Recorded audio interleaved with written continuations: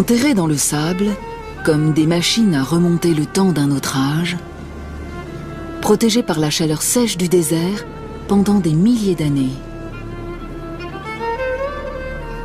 Les tombes de l'antique aristocratie égyptienne vont sortir de l'oubli.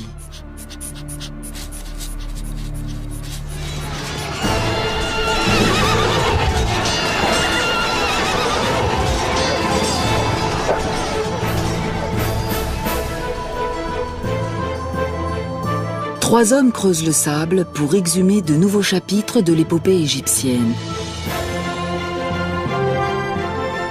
À eux trois, ils vont retrouver les histoires des nobles qui ont servi leur roi et la grandeur de l'Égypte.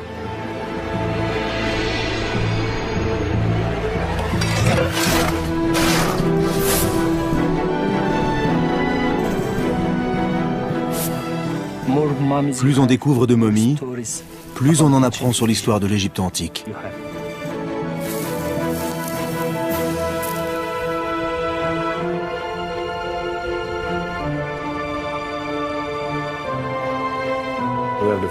Il y a une grande affection, et peut-être même plus, entre le roi et sa nourrice.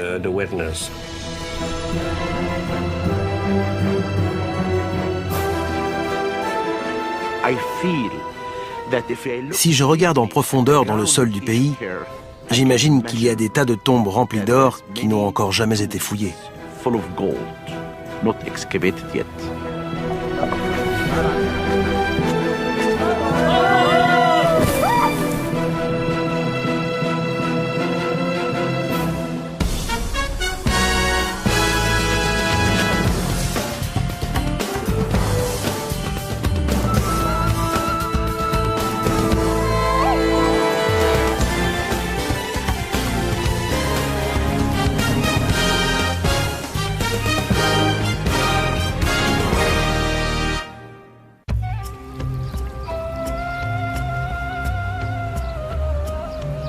La première grande civilisation du monde naquit sur les rives du Nil.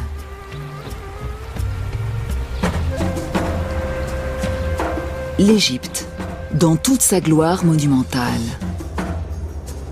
Des vestiges de cette époque sont toujours visibles.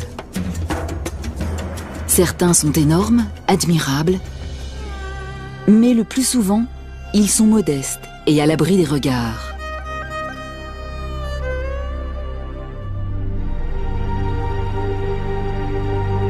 Tout ceci aurait disparu sans laisser la moindre trace si les Égyptiens n'avaient pas été obsédés par la mort et par la préservation de ce qui avait été vivant. Pour eux, la vie dans l'au-delà était tout aussi réelle que celle ici-bas. Pour son voyage, une âme avait besoin de nourriture, d'un abri et de compagnons. C'est pourquoi ils remplissaient les tombes de cadeaux et les ornaient de décorations décrivant le séjour terrestre du défunt. Ces tombes ont encore une histoire à raconter, si on les trouve. Au sud du delta du Nil, non loin de ses rives, se trouve un endroit appelé Saqqara. Ici, il y a environ 5000 ans, les Égyptiens construisent leur première pyramide pour y loger la dépouille d'un pharaon. Elle a la forme d'un escalier dressé vers les cieux. Au cours des siècles suivants, des milliers d'Égyptiens sont inhumés à Saqqara. Un des sites les plus prisés est le flanc de la falaise dite du Bubastéon, dont la vue donne sur la vallée du Nil. Sous le Nouvel Empire, lorsque l'Égypte est à son apogée, les intimes du pharaon veulent être enterrés ici. Et ils le sont.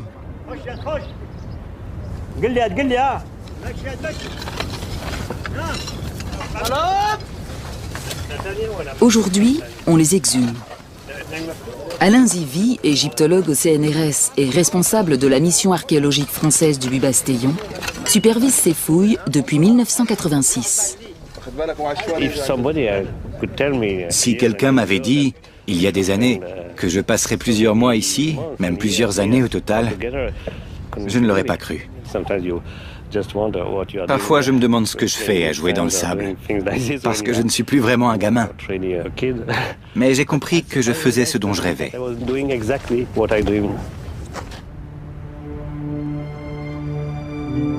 Pourtant, ce rêve commence comme un cauchemar.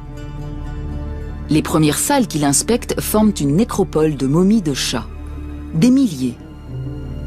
Ce sont les vestiges d'un culte des animaux en vogue sous les dernières dynasties égyptiennes. On élevait des chats par millions pour les sacrifier. Cependant, il n'y a pas que des chats. L'équipe met au jour un puits rempli de vestiges du passé.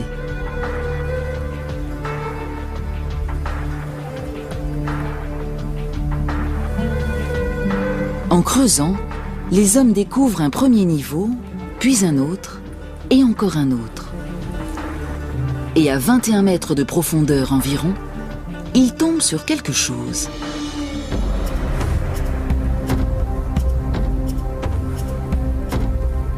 Parmi les gravats, ils trouvent tous les signes montrant qu'après des années de déblaiement, ils sont enfin dans une chambre funéraire.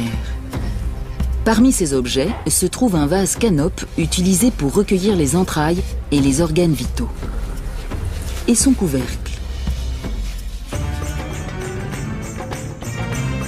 Ce vase est en albâtre, mais une partie de ce qu'il trouve est en or.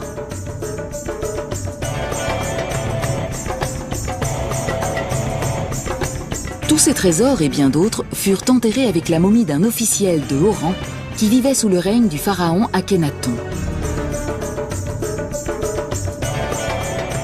Alain Zivie vient de découvrir son premier noble du Nouvel Empire.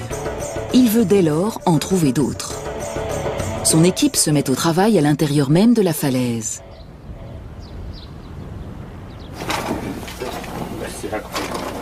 Plusieurs années de déblaiement sont nécessaires dans ce labyrinthe de couloirs, de puits et de salles qui ont été creusés dans le calcaire sous le Nouvel Empire.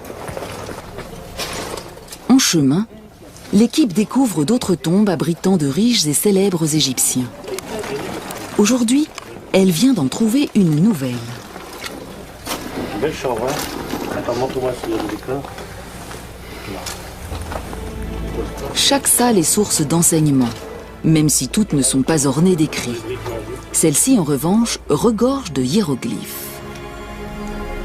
Il y avait du sable, j'avais une petite lampe sur moi et j'ai vu la dame. La dame. Son portrait court sur les murs de sa chapelle où amis et parents venaient l'honorer. Mais son corps a dû être inhumé plus en profondeur. En nettoyant les murs, les archéologues découvrent de plus en plus de représentations de la dame. Tout semble démontrer qu'il s'agissait d'une femme influente. Très rapidement, j'ai compris qu'il s'agissait bien de la tombe d'une femme. Cet endroit est immense. C'est vraiment exceptionnel. Elle a donc dû bénéficier de la faveur du roi. De plus, elle avait de nombreux titres intéressants qui montrent qu'elle était très appréciée. J'ai donc cherché son nom et je l'ai trouvé ici. La nourrice royale ayant alimenté le corps du dieu. Alain Zivie traduit ce nom par Maya. Et bien vite, il découvre la raison d'un statut aussi élevé. Sur une image, Maya est représentée face à un jeune homme efféminé portant la coiffure d'un pharaon. Voici le dieu qu'elle a nourri au sein. Et ce dieu n'est autre que le pharaon Toutankhamon.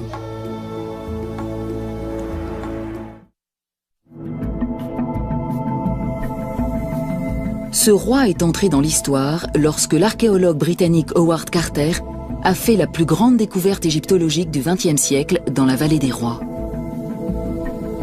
Le 26 novembre 1922, il glisse une chandelle par une porte restée scellée depuis 3000 ans.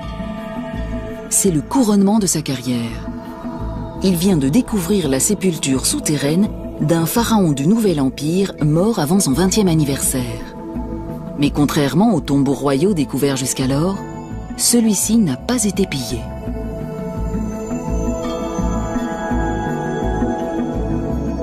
Salle après salle, il découvre des montagnes de trésors qui dépassent l'imagination.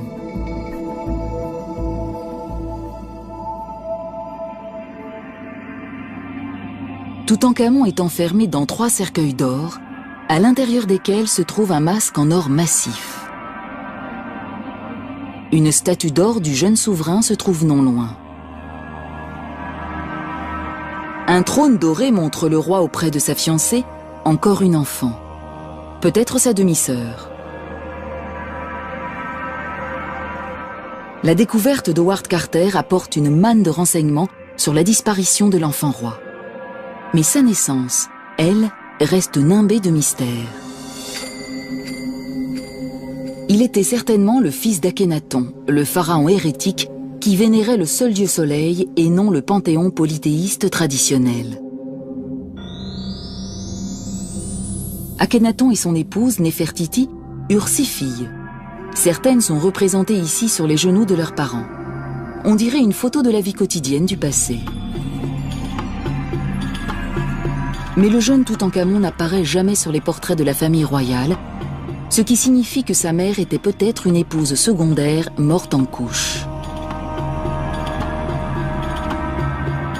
Encore enfant, le pharaon a donc besoin d'une nourrice. Et apparemment, il en a trouvé une, la dame Maya, qui appartenait presque à coup sûr à son cercle intime. Une nourrice de la grande dynastie n'est pas une simple babysitter, mais une femme de la cour, car elle donne son lait pour alimenter le corps du dieu, le roi bien sûr. Et n'importe qui ne peut pas s'en charger.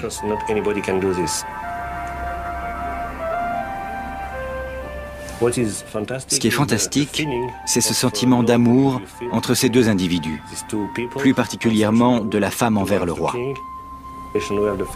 Il y a une grande affection, et peut-être même plus, entre le roi et sa nourrice. Et au vu de la tombe élaborée qu'on a construite pour cette femme, l'enfant roi a dû lui retourner cette affection. S'il y a plus d'Égyptiens de la noblesse enterrés près du Nil que n'importe où ailleurs, les personnes qui servaient le pharaon aux confins de l'Empire ont elles aussi eu besoin de tombeaux, même si elles étaient en poste au milieu du désert.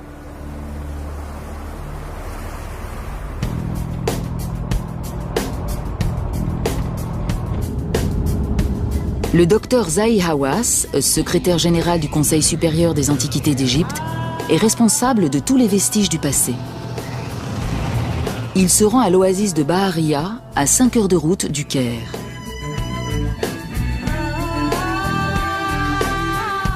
Pendant des milliers d'années, cette oasis a été une île de verdure au milieu d'une mer de sable. Elle n'est guère différente aujourd'hui, à l'exception du village moderne qui a remplacé le centre ancien.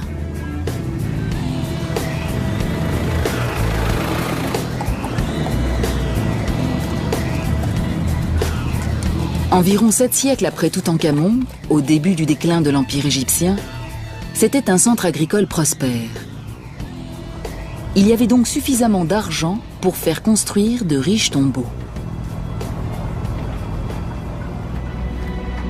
Les habitants de la région avaient pleinement conscience d'être installés à l'aplomb d'une source de richesse et ils ont trouvé un moyen original de l'exploiter.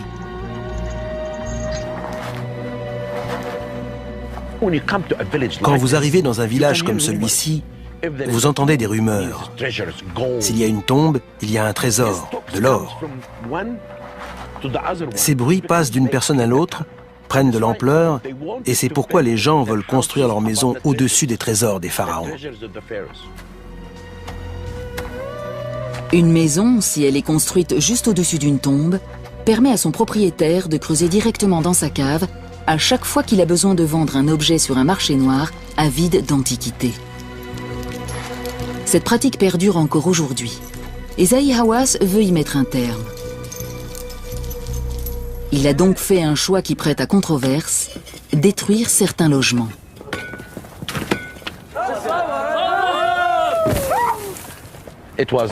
J'ai pris cette décision pour protéger ce site.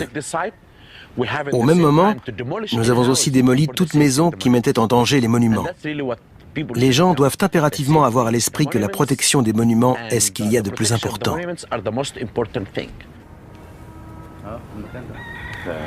Les fouilles sous le village moderne continuent de mettre au jour des objets remontant au dernier temps de l'histoire égyptienne, au moment où la Grèce prenait son essor. Cette tombe restaurée date de l'an 600 avant Jésus-Christ, soit de la 26e dynastie.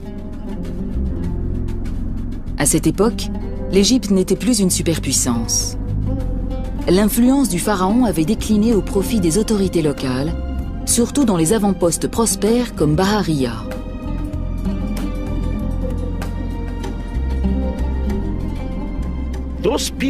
Ces gens pouvaient faire construire de belles tombes, car ils étaient riches. Si vous regardez la taille des sépultures et les scènes représentées, vous constatez qu'elles sont à la hauteur de n'importe quelle tombe de la vallée des rois. Une des sources de la richesse de Bahariya était un vin de date dont le monde méditerranéen était friand.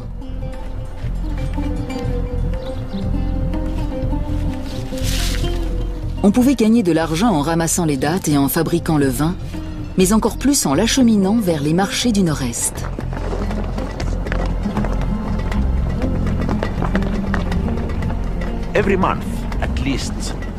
Au moins une fois par mois, une grande caravane de mules parcourait les 320 km qui séparent Bahariya de la Moyenne-Égypte.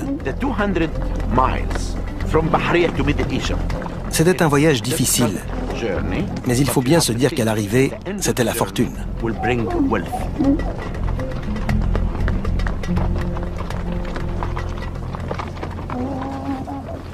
Parmi les gens les plus aisés, on compte le gouverneur de Bahariya, un noble au service du pharaon. Sa tombe a été découverte en 1999. Les inscriptions qui ornent ses murs offrent de nouvelles perspectives quant au rôle que jouait un administrateur de province au moment de la chute de l'Empire. Celui-ci se considérait de toute évidence comme l'égal du pharaon.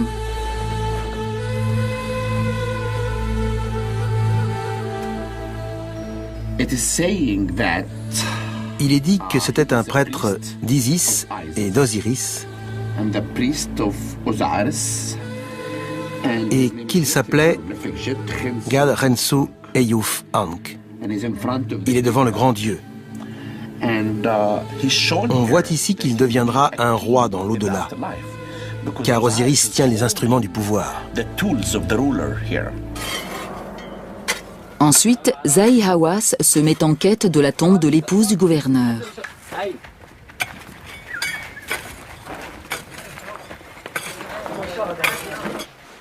Mais à l'intérieur de la sépulture, il fait une découverte qui l'inquiète.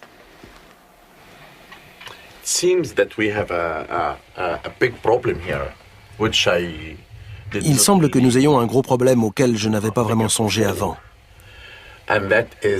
C'est l'existence de ce trou. Je crois que des pillards, peut-être à la période romaine, sont entrés par cet orifice et qu'ils ont volé la plupart des objets. Nous allons donc peut-être faire chou blanc dans cette salle. Ce serait dommage, car nous en avons besoin si nous voulons savoir à quoi servait vraiment cet endroit.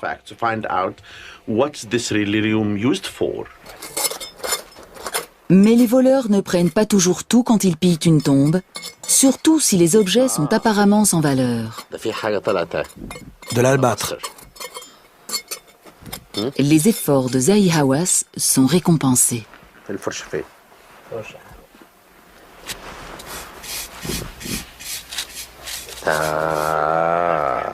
Joli.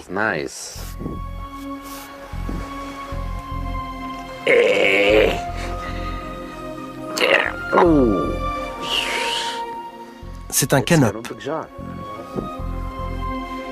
C'est le couvercle d'un vase qu'on enterrait en général avec la momie. Pour un voleur, ça n'avait aucun intérêt. Mais pour le docteur Hawass, c'est le signe qu'il est peut-être tout près de trouver la femme du gouverneur.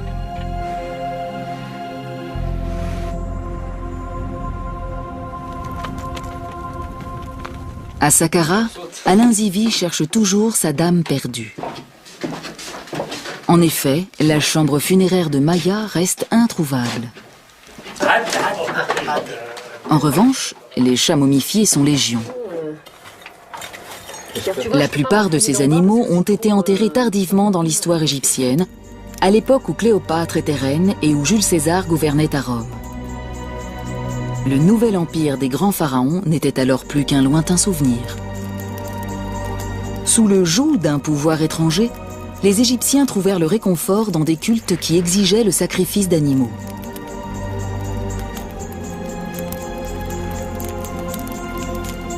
Un des plus populaires était dédié à Bastet, la déesse chatte.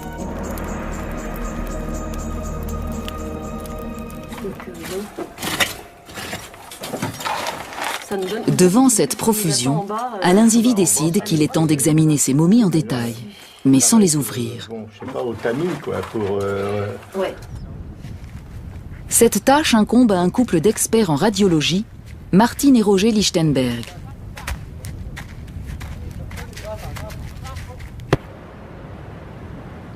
Tout d'abord, les rayons X nous montrent comment ces chats ont été mis à mort.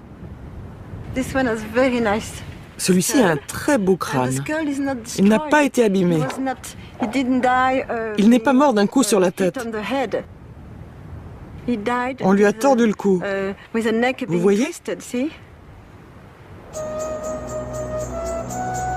Le culte de Bastet a connu son heure de gloire dans les années qui ont suivi la conquête de l'Égypte par Alexandre le Grand, au IVe siècle avant Jésus-Christ. Comme les gens voulaient obtenir la faveur des dieux, les prêtres de Bastet ont mis sur pied un florissant commerce de chats qui servait ensuite d'offrande.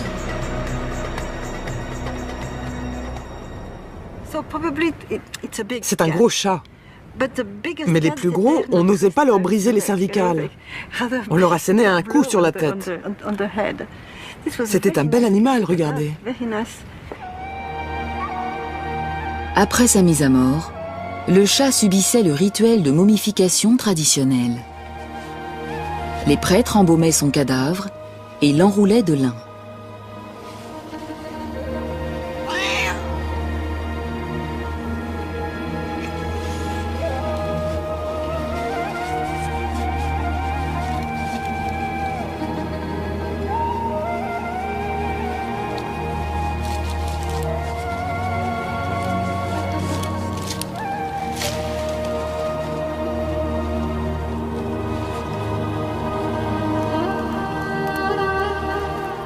Enfin, la momie était placée dans une des tombes recyclées. Naturellement, les prêtres effectuaient tout ce travail en échange d'une rétribution, et normalement, les clients obtenaient le service pour lequel ils avaient payé.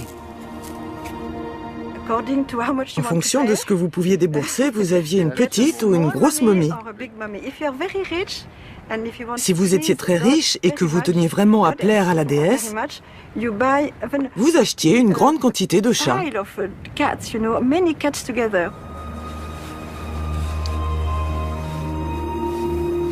Mais les rayons X montrent que parfois les prêtres trichaient.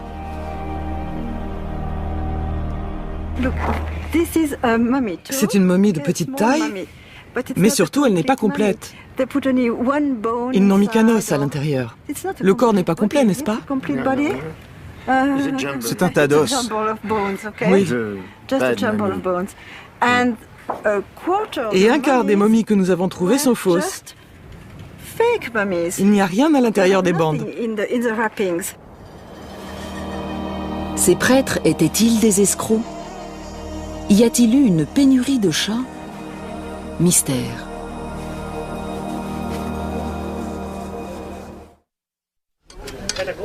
En cherchant la chambre funéraire de Maya, l'équipe d'Alain Zivie a trouvé l'entrée d'une autre tombe, une dizaine de mètres plus loin. Les ouvriers commencent à enlever le sable et les gravats. Ce travail va occuper presque toute la campagne de fouilles. Il n'y a rien d'autre à faire que patienter.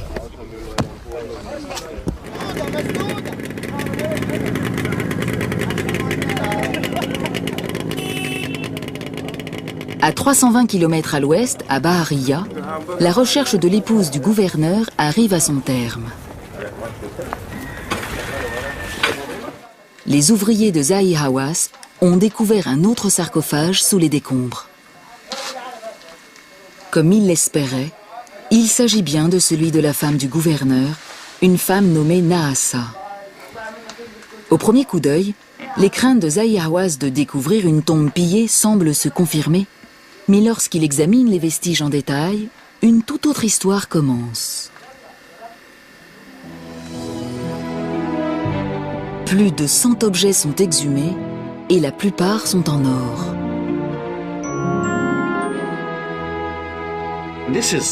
Voici une partie du trésor qu'on a trouvé. Il est superbe.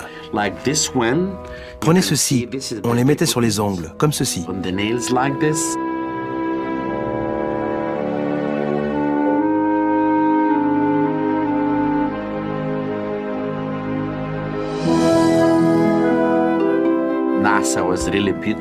Nahassa était vraiment très belle et elle voulait parer son corps d'or pour vivre heureuse dans l'au-delà.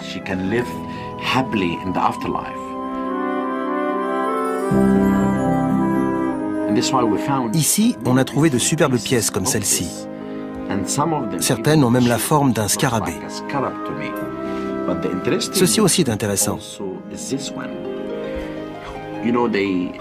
Les embaumeurs ouvraient le flanc et commençaient par retirer toutes les viscères. Ils recouvraient ensuite l'incision de la momification avec une feuille d'or comme celle-là. Superbe. Celle-ci, qui est plus lourde, se mettait sous la langue.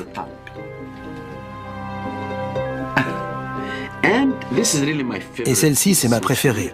Je l'adore. Regardez. Elle a mis le nom du roi sur son cœur parce qu'il est le protecteur de l'Égypte.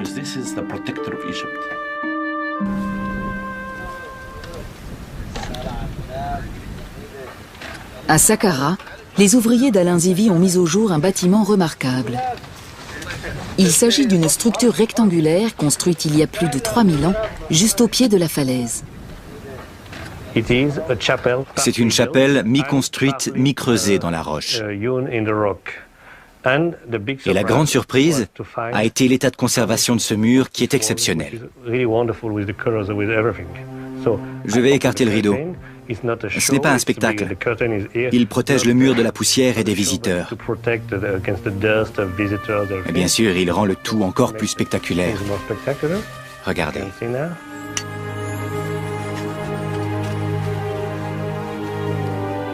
Pardon? Une grande partie de la chapelle est ainsi. C'est merveilleux.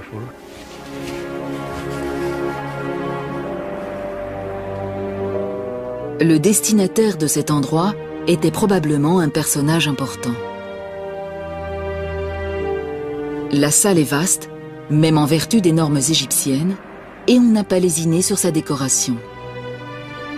Sur chaque mur, des peintures, des gravures et des inscriptions confirment que cette sépulture a appartenu à un noble fortuné du Nouvel Empire. On lui avait préparé un festin pour satisfaire sa faim dans l'au-delà. Et des serviteurs exécutaient ses moindres désirs.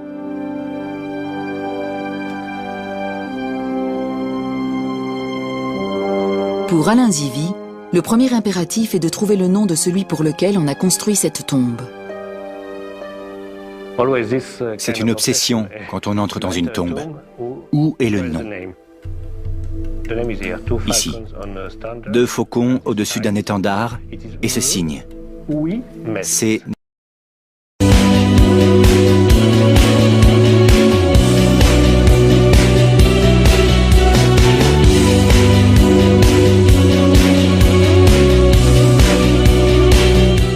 Netcherwimes. Comment le lire? Il y a plusieurs interprétations. J'ai choisi Netcherwimes, l'homme né de 2 dieux, à savoir Horus et Seth. Le nom de Netcherwimes ne dit rien à l'archéologue. Qui était-il? Quel service effectuait-il pour le compte du pharaon? On retrouve le nom de Netcherwimes ici et là. D'autres inscriptions sur une colonne effondrée laissent supposer que c'était un homme cultivé, influent et lettré. Il y a de nombreux épithètes. Homme de sagesse, l'homme qui sait parler, qui sait écrire. On a le sentiment que c'était quelqu'un de fier de sa culture. Necheruimès avait des talents que peu possédaient dans cette société. Il savait écrire, ce qui suffisait à lui assurer un poste de haut rang. Savoir lire et écrire, surtout écrire, était source de pouvoir dans un bon nombre de sociétés. Et un personnage officiel en Égypte savait écrire. Mais Alain Zivi est certain que Necheruimès était plus qu'un simple scribe pour avoir mérité une sépulture aussi resplendissante. De toute évidence, il servait le pharaon. Et avec efficacité. Mais de quelle manière ?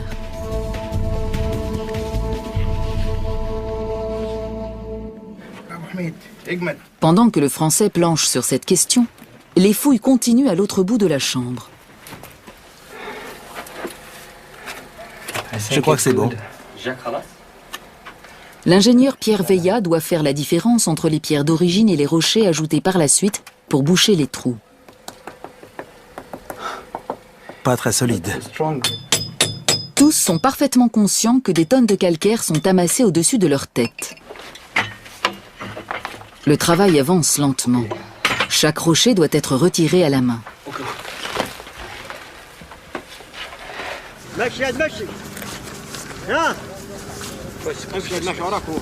Mais finalement, le passage est dégagé.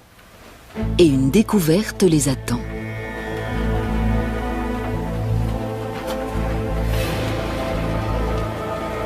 Il s'agit d'une statuette du pharaon que Necheruimès a servi, un roi qui a laissé son empreinte sur l'histoire de l'Égypte. Ramsès II. Il dirige l'Égypte pendant plus de 60 ans, donne naissance à près d'une centaine d'enfants et préside aux plus grands travaux de l'histoire de son empire, entre autres à Luxor et à Abou Simbel.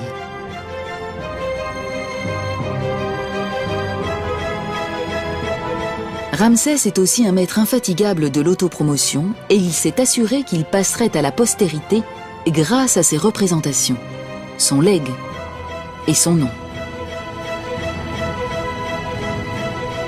Le fait que Necheruimès ait travaillé pour le plus grand des pharaons est un renseignement primordial. Et d'autres découvertes vont en découler.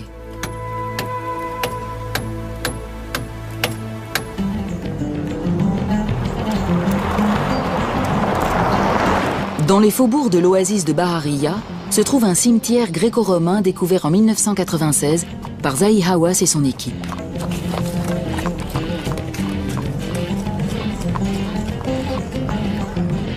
Le docteur Hawass est revenu voir comment les fouilles s'y déroulent.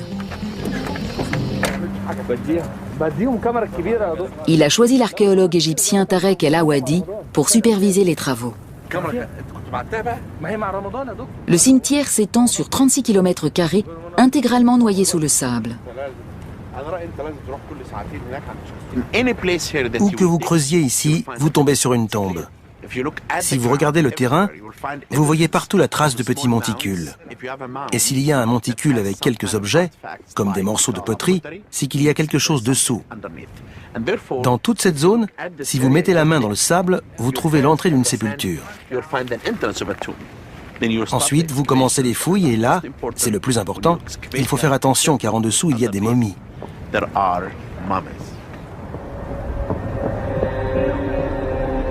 Ce cimetière a été découvert par hasard. Une mule a mis le sabot dans un trou qui n'était autre qu'une tombe.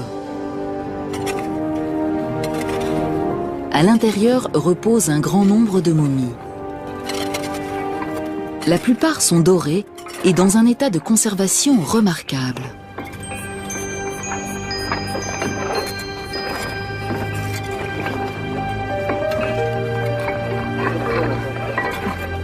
Le docteur Hawass a autorisé une recherche à grande échelle et on a trouvé de plus en plus de momies d'or.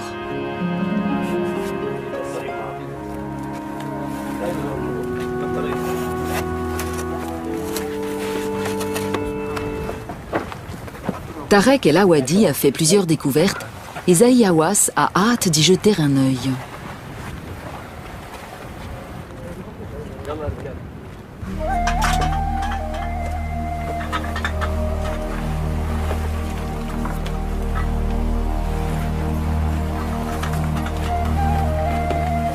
Cette tombe a de toute évidence été visitée par des pillards qui ne se sont pas contentés d'un simple vol.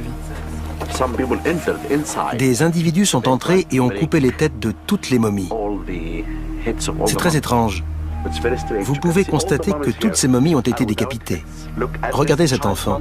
Il n'a plus de tête. Derrière moi, la tête a été tranchée. Sur celle-ci aussi. Ça doit dater de l'Antiquité ou de l'époque moderne. Quelqu'un cherchait quelque chose à l'intérieur des momies.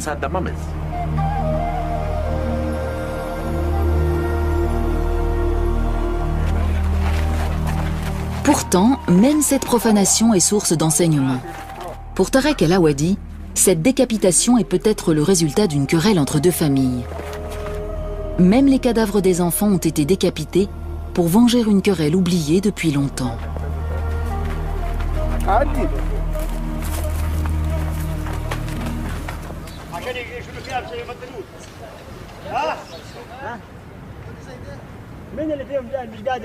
À Saqqara, les rochers ne cessent de sortir de la tombe et l'équipe d'Alain Zivi fait une nouvelle découverte. Derrière la statuette de Ramsès, et fixée à cette dernière, il y a une autre statue. Surplombant le minuscule pharaon se trouve la tête grandeur nature d'une vache, la déesse Hathor. L'archéologue est aux anges.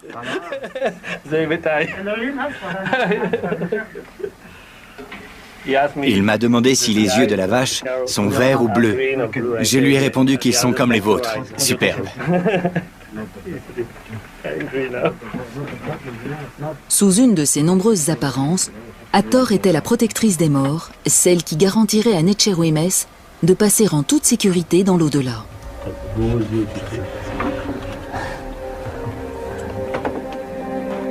Sa présence ici confirme l'hypothèse d'Alain Zivi, selon laquelle le mystérieux Netchérouïmès a joué un rôle politique d'importance lors du règne du grand pharaon. Il a été récompensé par une inhumation somptueuse sous la garde bienveillante d'Hathor et de Ramsès. Mais l'archéologue ignore toujours ce que Netchérouïmès a fait pour la mériter. En quête d'indices, Alain Zivi se rend dans l'ancienne capitale égyptienne, Thèbes.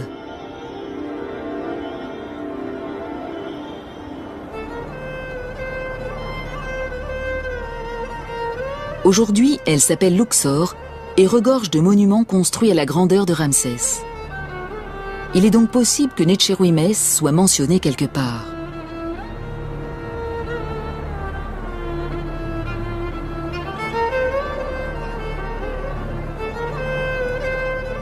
Les murs se souviennent encore des hauts faits du grand Ramsès, surtout de ses victoires militaires. Il s'agit toujours de batailles, de guerres, de combats. C'est l'histoire de l'humanité. Chaque guerre nécessite un ennemi. Et quand Ramsès devient pharaon, le plus grand adversaire de l'Égypte, c'est l'empire hittite. Le jeune souverain décide d'affronter les Hittites sur leur propre terrain.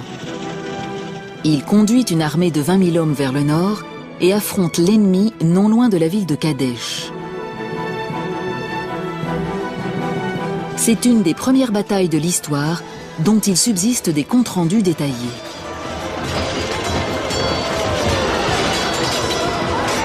Les Hittites attirent les Égyptiens dans une embuscade. Ramsès et quelques centaines de ses hommes se retrouvent séparés du gros de l'armée et bloqués non loin de la rivière Oronte. La position est intenable, mais une division d'infanterie de réserve de l'armée égyptienne lance une contre-attaque qui repousse l'ennemi sur la rivière et sauve le pharaon. Ramsès rentre en Égypte et répand aussitôt la nouvelle de son éclatante victoire.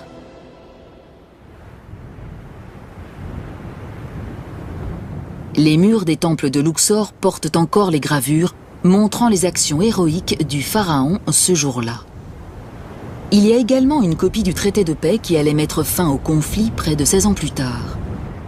Or, Alain Zivie espère que ce document va apporter quelques lumières sur l'identité de Necherwimès.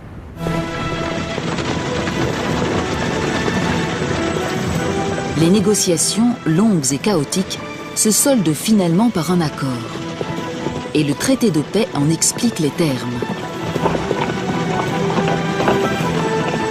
3 légats égyptiens rencontrent 3 diplomates hittites pour rapporter une copie de ce traité dans la capitale égyptienne.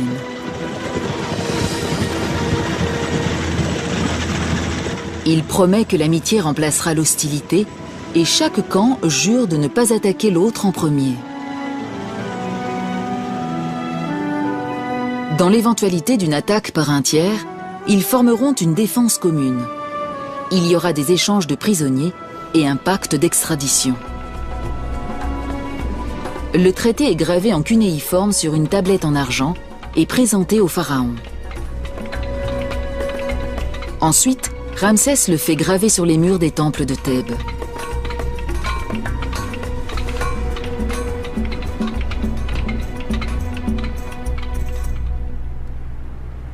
Alain Zivie essaye de déchiffrer le nom de l'homme qui dirigeait l'équipe de négociation et qui a rapporté le traité au pharaon. Bingo! Je vois le mot « envoyés royaux ». Et après, peut-être une tête de faucon. Ça pourrait être une partie du nom de Necherwimès. On peut le comparer avec les Ramessides d'inscription. C'est un petit peu la Bible de cette période. Voici le traité de paix. Ça pourrait bien être le nom de Necherwimès. 2 faucons au-dessus d'un étendard. Necherwimès, l'homme qui a conclu la paix entre les 2 grands empires et qui en a été récompensé avec largesse dans l'au-delà. C'est un personnage historique. Pour moi, c'est fantastique. Peut-être aussi important que la statue de la vache Hathor. Ça n'est pas seulement un chef-d'œuvre exceptionnel, pas seulement une belle sépulture. C'est l'histoire. Le mystère de l'identité du propriétaire de la tombe est enfin élucidé. Quant au dégagement d'Hathor de sa prison de pierre, il continue.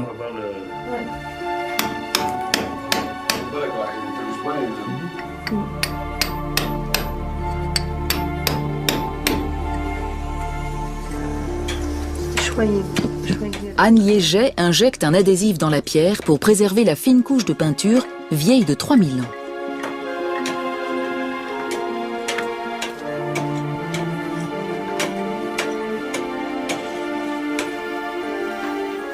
Et enfin, un jour, Hathor est libéré. Pour Alain Zivie, cette campagne de fouilles est terminée. Une nouvelle tombe a été découverte et a retrouvé sa splendeur d'antan.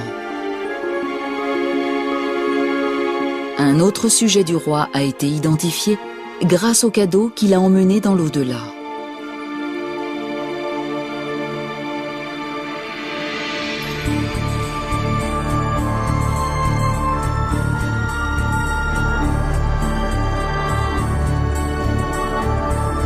Le tracé d'une nouvelle tombe vient s'ajouter au plan du complexe mortuaire du Bubastéon.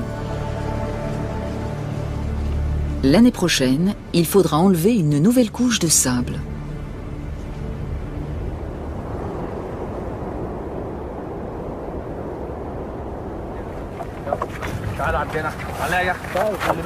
À Barahia, Tarek El Awadi a découvert une autre tombe.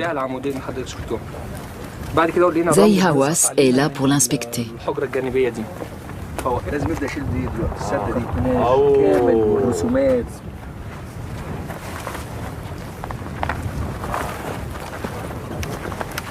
C'est la plus belle momie que j'ai vue. Le masque la rend complètement réaliste. On dirait la momie d'une femme. Ses yeux nous regardent comme si elle était en vie. as if she's alive.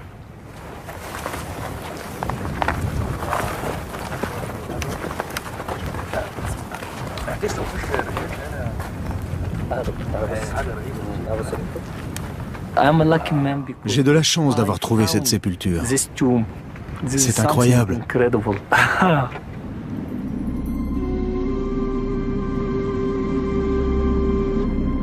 Chacune de ces momies a été enterrée à la fin de l'histoire de l'Égypte antique, environ 1500 ans après l'apogée de Ramsès. Cette civilisation qui avait duré 3000 ans était presque arrivée à son déclin. Mais même si la culture qui avait uni cette terre et ce peuple s'estompait, l'obsession de la mort et de l'au-delà chez les Égyptiens était toujours aussi forte.